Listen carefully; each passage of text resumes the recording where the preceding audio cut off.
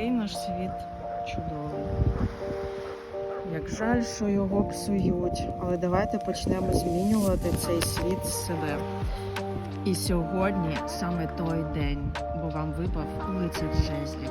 Це про мужність, це про енергію, це про навіть про геройство і бунтарство. Так що боремося і поборемо, друзі.